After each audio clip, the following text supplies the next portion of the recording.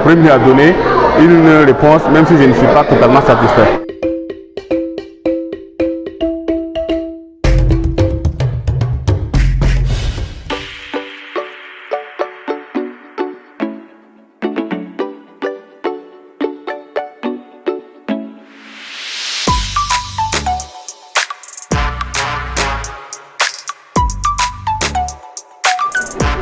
Oui, moi j'ai posé une question, en plus des deux autres questions que j'ai posées sur la vie chère et puis sur cette question de l'avant-projet, l'élaboration de l'avant-projet de la Constitution qui sera portée en grande partie par les COVED et dont je me suis interrogé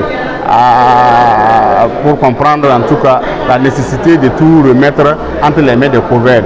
Bon, mais le Premier ministre a donné une réponse, même si je ne suis pas totalement satisfait. Maintenant, la question sur la suspension. Le communiqué numéro 3, vous vous rappelez, du MPSR a suspendu les activités des partis politiques.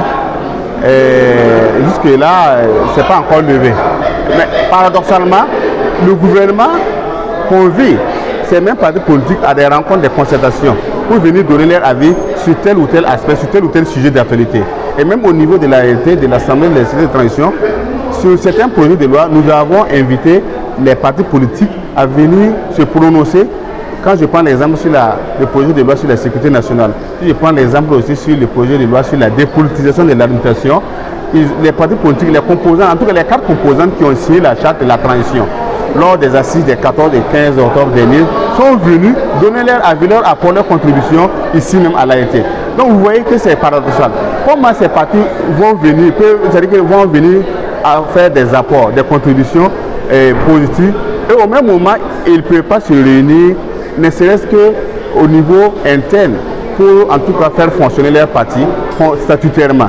Vous voyez qu'il y a un paradoxe qui est là, et nous avons souhaité que le gouvernement lève cette mesure de suspension pour que les partis politiques puissent mener librement. On n'a pas dit que c'est pour aller faire des grands rassemblements, des grands meetings, non. De toute façon, lors de la dernière rencontre avec le président de la transition, les 4 composantes signataires de la charte de la transition sont allés renouveler leur soutien à la transition. En premier lieu, le président de la transition, vous avez suivi ça, ça a été médiatisé. Donc aujourd'hui, nous ne comprenons pas en tout cas la nécessité de maintien de cette suspension, cette mesure de suspension des activités des partis politiques. Donc c'est ce que je tenais à comprendre. Et le Premier ministre, bon, il n'a pas répondu, il n'a pas voulu répondre.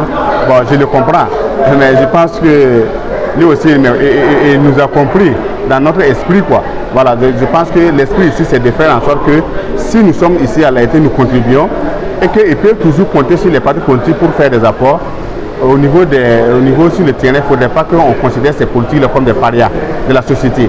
Nous tous, nous sommes des fils, nous sommes des filles de ce pays et ensemble, nous devons en tout cas travailler, forger les destins communs pour en tout cas une transition réussie.